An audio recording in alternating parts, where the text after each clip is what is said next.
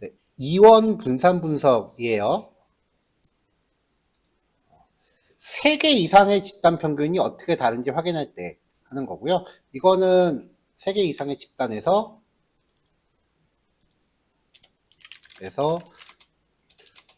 2개 이상의 명목형 변수에 따른 평균이 어떻게 다른지 확인하고자 할 때. 자, 얘도 정규성하고 등분산성이 충족이 돼야 돼요.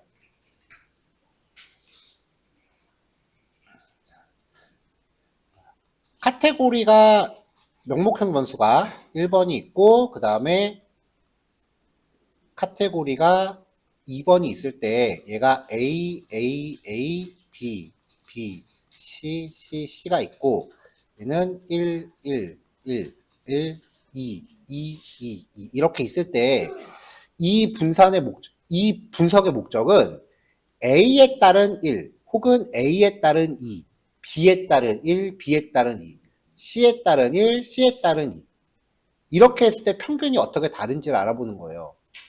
그러니까 평균이 다른 걸 알아보려는 게 주 목적이 아니라 카테고리 1과 카테고리 2가 어떻게 조합됐을 때 서로 영향을 주는지, 평균에 영향을 주는지.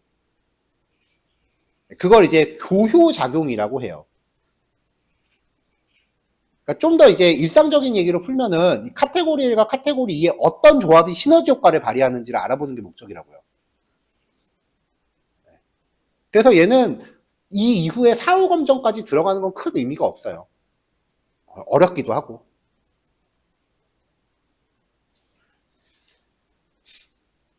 자, 여기서도 패키지 하나가 또 새로 나와요. 근데 이 패키지 여기서 안 썼네. 얘는 뺍시다.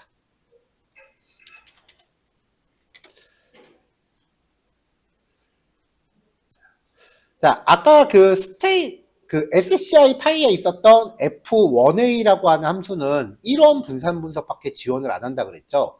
2원 분산 분석은 스테이트 모델스라고 하는 요 분석 패키지를 써야 되는데 사실 요 라이브러리가 가장 기본적인 통계 분석 관련된 기능을 제공을 해요.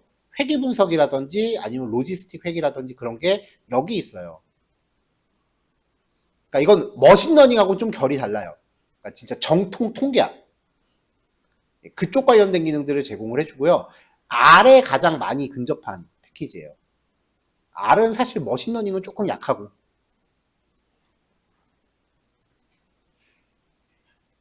자, 패키지들 가져올게요. 그래서 이 OLS라고 하는 함수가 원래는 회계 분석. 우리가 다음 단원에 볼 내용이 회계라고 하는 주제인데 거기에서 쓰는 통계 함수예요, 원래는. 이 함수를 쓰면은 출력 결과가 R처럼 거의 논문에 근접한 표 형태로 차차작 나와요. 자, 그래프 초기화 하고요. 자, 예제 1번. 측정자에 따른 태아의 머리둘레 측정을 비교해 볼게요. 3명의 태아를 대상으로 3명의 관측자가 측정한 자료예요. 그래서 측정자에 따라 태아 머리둘레가 서로 어떻게 다른지를 확인해 보래요. 자, 측정자 번호가 1번, 2번, 3번까지 있고요. 그 다음에 태아가 1번 태아, 2번 태아, 3번 태아가 있죠. 만약에 1번 태아, 2번 태아까지만 있었으면은 태아 번호가 1, 2, 3번으로 나눠져 있지 않았다면 그냥 여기 측정자 번호에 따른 태아 머리둘레라고만 있었으면 1원 분산일 텐데 얘는 요거 갖다가 멜트 함수를 적용하면 태아 번호 그리고 머리둘레 이렇게 또 나눠질 거 아니에요. 그 카테고리가 하나 더 생길 수 있는 거죠.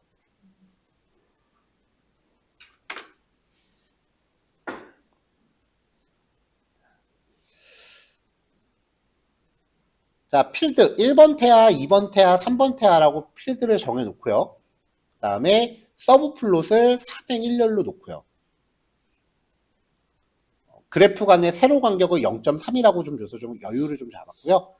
서브 플롯만큼 이제 반복을 돌면서 각 서브 플롯마다 이 오리진에서 i가 0일 때 1번 태아에 대한 그 커널 밀도 함수 그래프를 그렸고요. 여기에 측정자 번호별로 그래프를 나눴습니다. 적당히 팔레트 줬고 색상 칠하라고 옵션 줬고 색상의 투명도 0.5 라인 위드스는 0 좀 꾸며봤어요. 자 이렇게 해서 이제 그래프를 쭉 확인을 해보면 자 1번 태아 측정자별 측정자에 따라서 분포가 좀 다른 것 같아 보이죠? 이게 과연 유의미한 차이라고 볼 수 있는가를 판단을 해보자는 거죠. 맞죠? 좀 애매해 이게 다르다고 하기가.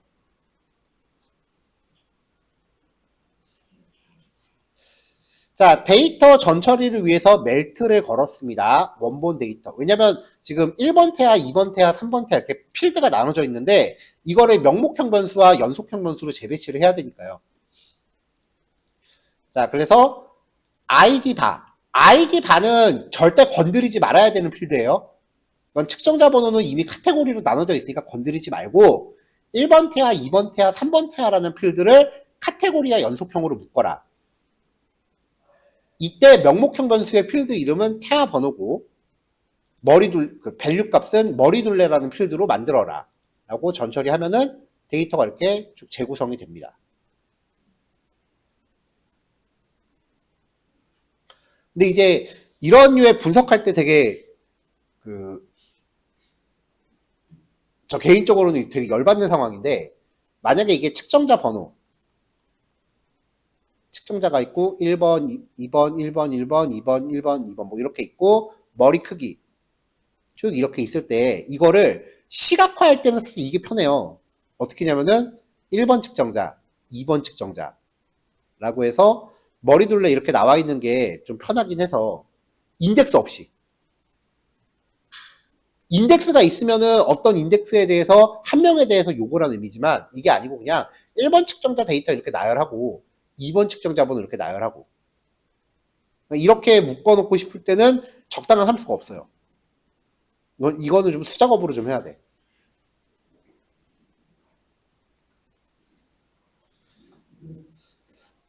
피벗 테이블이 이제 대안으로 나오긴 하는데 피벗 테이블 같은 경우는 인덱스가 같다라는 전제가 있어야 되기 때문에 이걸 피벗 테이블로 걸면 1번 측정자, 2번 측정자일 때 나는 그냥 1번 측정자에 대한 머리둘레 길이를 이렇게 나열하고 싶고 2번 측정자에 대한 머리둘레를 이렇게 나열하고 싶은 건데 이거를 피벗 테이블로 구성하면은 피벗 테이블은 인덱스가 꼭 있어야 되니까 인덱스 0번에 1번 모 여기 NAN 2번에 여기 NAN 여기 뭐 이런 식으로 하나씩 교차로 꼭 NAN이 들어가요.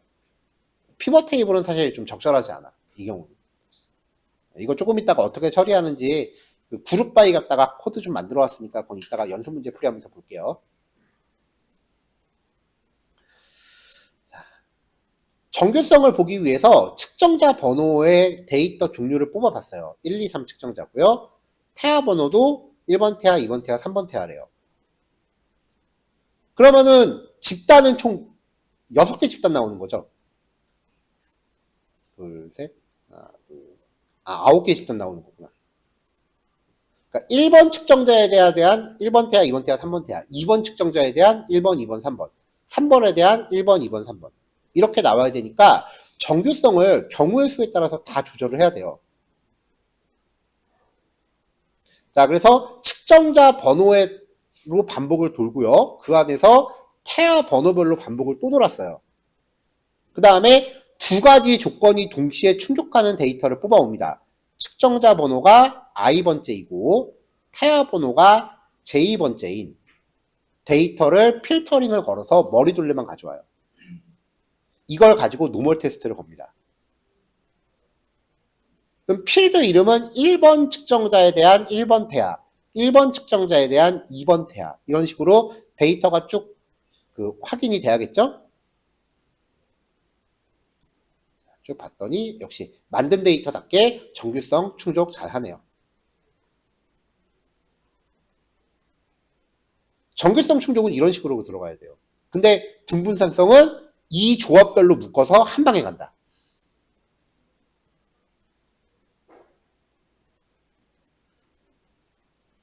자, 그래서 반복 돌면서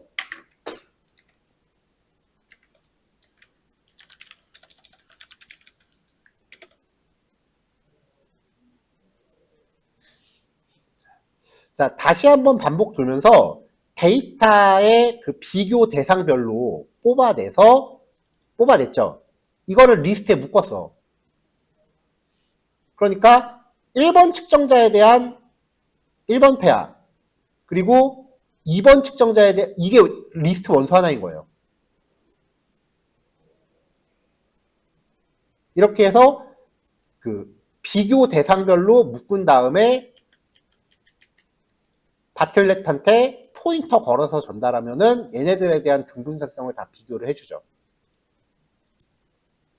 충족한대요. 이제 여기서 만든 데이터 티가 좀 나는 거지.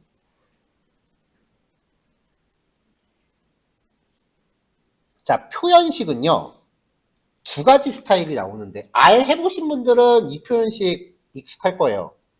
일단은 내가 알고 싶은 Y 값은 머리 둘레야. 그 다음에 비교 대상이 두 개죠. 그러니까 태아 번호와 측정자 번호와 태아 번호와 측정자 번호에 대한 교류작용. 이게 곱하기라는 뜻이에요.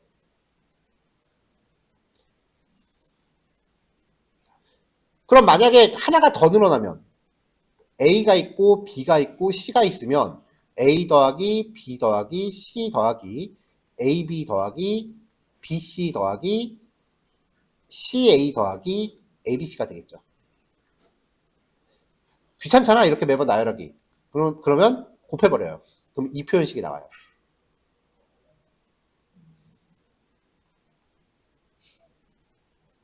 R 공부하셔야 되는 분들은 이거 알아두세요. 이게 R에서 온 표현식이에요. 파이썬이 초반에 시작할 때 R에 대한 카피캣으로 시작했어요. 그래서 특히 기초 통계학 쪽 함수들은 R 따라하는 게 되게 많아요. 자, OLS한테 표현식과 데이터 프레임 걸어주고 핏 함수 걸면은 얘가 이제 어떤 분석 결과를 만들어내고요. 그거를 언오버 LM한테 전달해서 뽑아냅니다. 자, 그러면 태아 번호의 합계는 142, 평균은 711, 그리고 P밸류는, 검정량은 요거 나오고, P밸류는 0.005보다 작죠. 그러니까 태아 번호에 따른 머리둘레 차이는 통계적으로 유의미한 차이를 보여요. 아, 당연하지. 개개인인데 태아 번호. 이건 다를 수밖에 없지. 근데 태아 번호 상관없이 측정자 번호에 따른 머리둘레 길이를 봤더니 최대, 최소, 그리고 얘도 유의미한 차이를 보이는 것 같아. 근데 태아 번호와 측정자 번호에 따른 교요작용. 그러니까 어떤 태아가 1번 태아가 저 사람한테 갔을 때만 유독 크게 나온다. 뭐 이런 작용이 있는지를 보려고 했더니 이거는 0.05보다 커요. 0.058이죠. 그러니까 요 두 개 간의 교요작용은 딱히 없다. 자, 태아 번호에 대한 P값은 0.05보다 작으니까 통계적으로 유의한 차이. 측정자 번호에 대한 것도 유의한 차이. 근데 태아와 측정자에 대한 P값은 0.05보다 크니까 이 두 개의 연관성은 딱히 없다.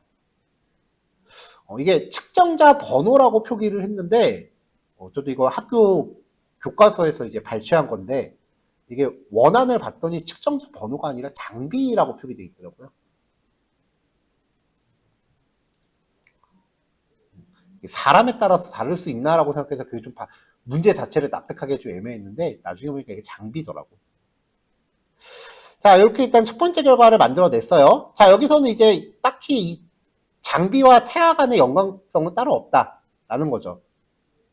자, 이번엔 햇빛 노출과 관수 빈도, 물을 얼마나 자주 주는가에 따라서 식물의 성장이 어떻게 다른지 영향을 알아볼 거예요. 식물의 성장이 햇빛 노출과 관수 빈도에 영향을 받는지 알고 싶어서 30개 씨앗 아니에요. 훨씬 많아요. 데이터 또 만드느라고. 씨앗을 심고 햇빛 노출과 물 주기를 다른 조건으로 해서 2달 동안 자라게 한 후 식물의 높이를 기록했대요. 자, 데이터 필드가 워터. 식물에 물을 주는 빈도.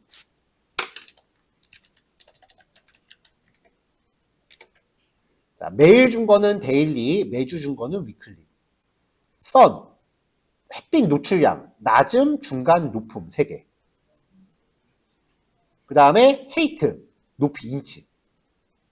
그러니까 이 워터와 선에 대해서 높이가 어떻게 다른지를 알아보겠다는 거죠.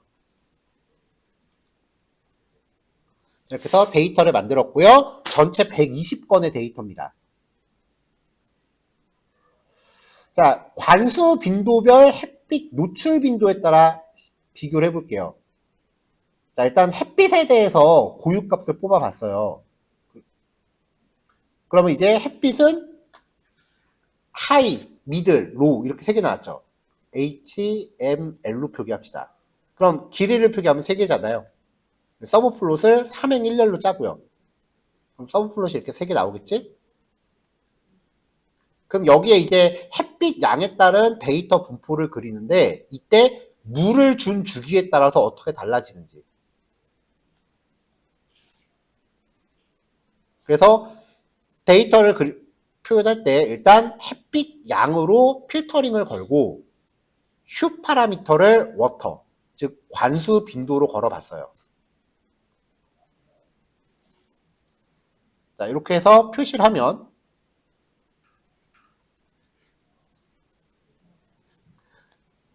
첫 번째는 이제 물을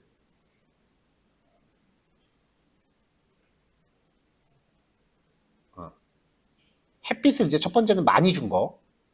자, 보면은 여기 워터가 지금 초록색이 데일리죠. 그러니까 물을 매일 준 게 성장 빈도가 더 크다. 여기도 데일리. 물을 많이 준 게 성장이 더 잘 높게 나왔고 마지막도 데일리. 그러니까 이게 지금 햇빛 빈도에 따라서 그래프를 나눈 건데 햇빛 빈도에 상관없이 물을 매일 준 경우가 더 잘 자란대요. 이렇게 좀 안 썩나? 그런가요? 그렇군. 자, 이번에는 반대로 조건을 묶어서 워터에 따라서 워터 같은 경우는 매일 준 거랑 주간으로 준 거 2개였죠. 길이 측정하면 2개고 2행 1열. 자, 서브플롯으로 그래프 그리면서 워터가 이제 매일인 거에 대해서 햇빛 양에 따라 그래프를 이렇게 교차로 한번 다시 그려본 거예요.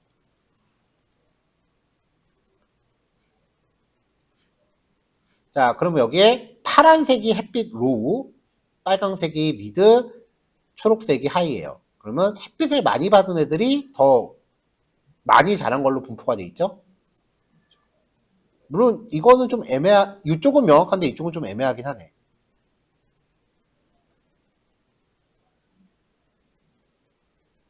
자, 그럼 이때 이거를 이제 교차로 조합을 했을 때 어떤 경우의 조합이 식물을 가장 잘 자라게 하는가를 알아보자는 거예요.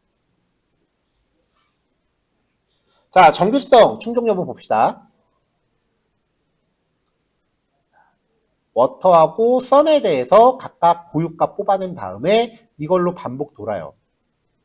그래서 워터의 i번째와 선의 i번째에 대해서 자란 거 뽑아내는 거죠. 경우의 수별로 데이터를 뽑아내는 거죠. 그래서 각각 비교할 군집별로 정규성 충족하는지 봅니다. 다 정규성 잘 충족한다고 돼 있어요. 등분산성. 정규성 충족이니까 여기 이품은 따로 안 걸고 그냥 바틀렛 검정 바로 걸었어요. 같은 식으로 데이터들 뽑아내서 리스트에다 묶은 다음에 한 방에 던졌습니다. 등분산성도 충족한대요. 자, 아까 했었던 표현식 다시 한번 빌려보면은 이것저것 따지기 귀찮으면 그냥 곱하기 하면 된다 그랬죠. 워터와 선에 대한 헤이트를 이제 비교해 봅니다.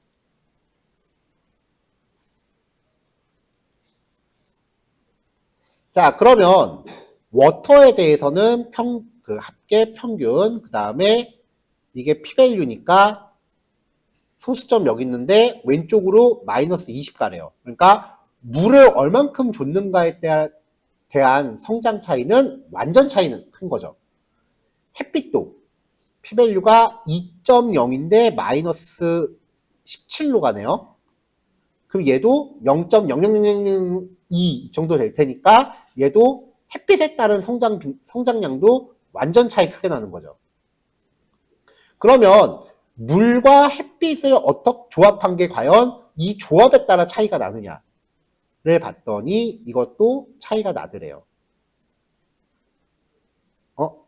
좀 안 나네.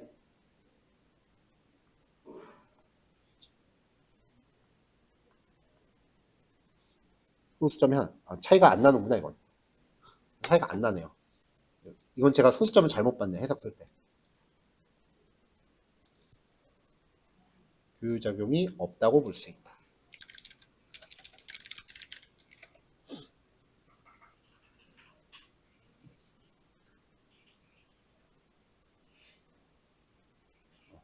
요 두 개를 이제 대조해 봤더니 여기 보니까 평균에 대한 게 2.1밖에 확실히 차이가 난다고 보긴 좀 애매하네.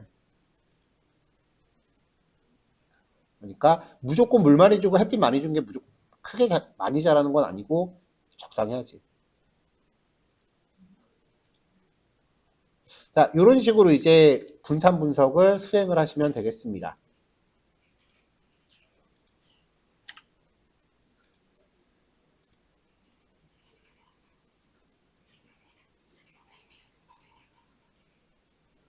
자, 요거 실습하시면 되고요. 그 다음에 언어바에 대해서 연습 문제 또 있어요. 자, 어제랑 비슷한 수준으로 1번부터 5번까지 품종 3개, 이건 독극물 종류, 그 다음에 효소 함량에 대한 분석, 요거 이제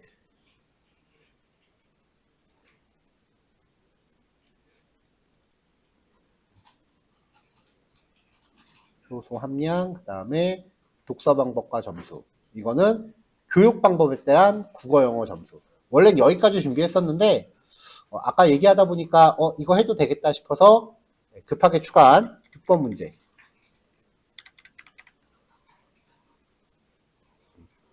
어제 봤었던 데이터 셋인데요. 한 해 평균 매출에 대해서 상권 종류별로 4종류죠. 그 다음에 상권 종류별로 분기별 매출액 차이. 결과는 예상이 되는데 일단 코드 만들어 보는 게 목적이니까 얘네들도 한번 해봅시다.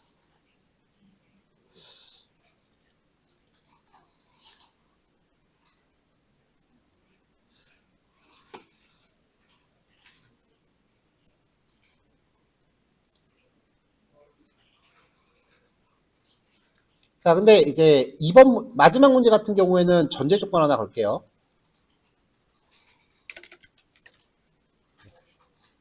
어제 너무 많이 가는 것 같아서 정확한 통계 결과를 뽑아내는 게 목적이 아니에요. 이런 경우에 코드를 어떻게 만드는가를 보는 거지. 자, 6번 문제 어저께 이 데이터잖아요. 서울시에서 주는 집계가 완료된 데이터니까 결측치는 없어요, 일단. 그리고 이상치도 실제 매출액 데이터니까 별도 정제 과정은 없는 걸로 전제하고 진행하겠습니다. 이거 안 박으니까 풀이가 너무 여러분들이 너무 어려워하더라고. 이런 전제 없으니까. 난이도 좀 다운그레이드 시킨 거예요. 자, 오전 거 실습 완료하시면은 이제 수업 오전 시간은 다 될 것 같고요. 식사 다녀오신 후에 연습 문제 하면 될 것 같고. 그리고 연습 문제 하신 거 봐서 이제 풀이하고서 오늘 수업 마무리하면 시간 딱 되지 않을까 싶어요. 평소랑 다르게 많이들 시들시들한 것 같아서 좀 분량 조절 좀 한 거니까 그렇게 생각하시면 될 것 같아요. 잠깐만. 자, 일단 녹화 끌게요.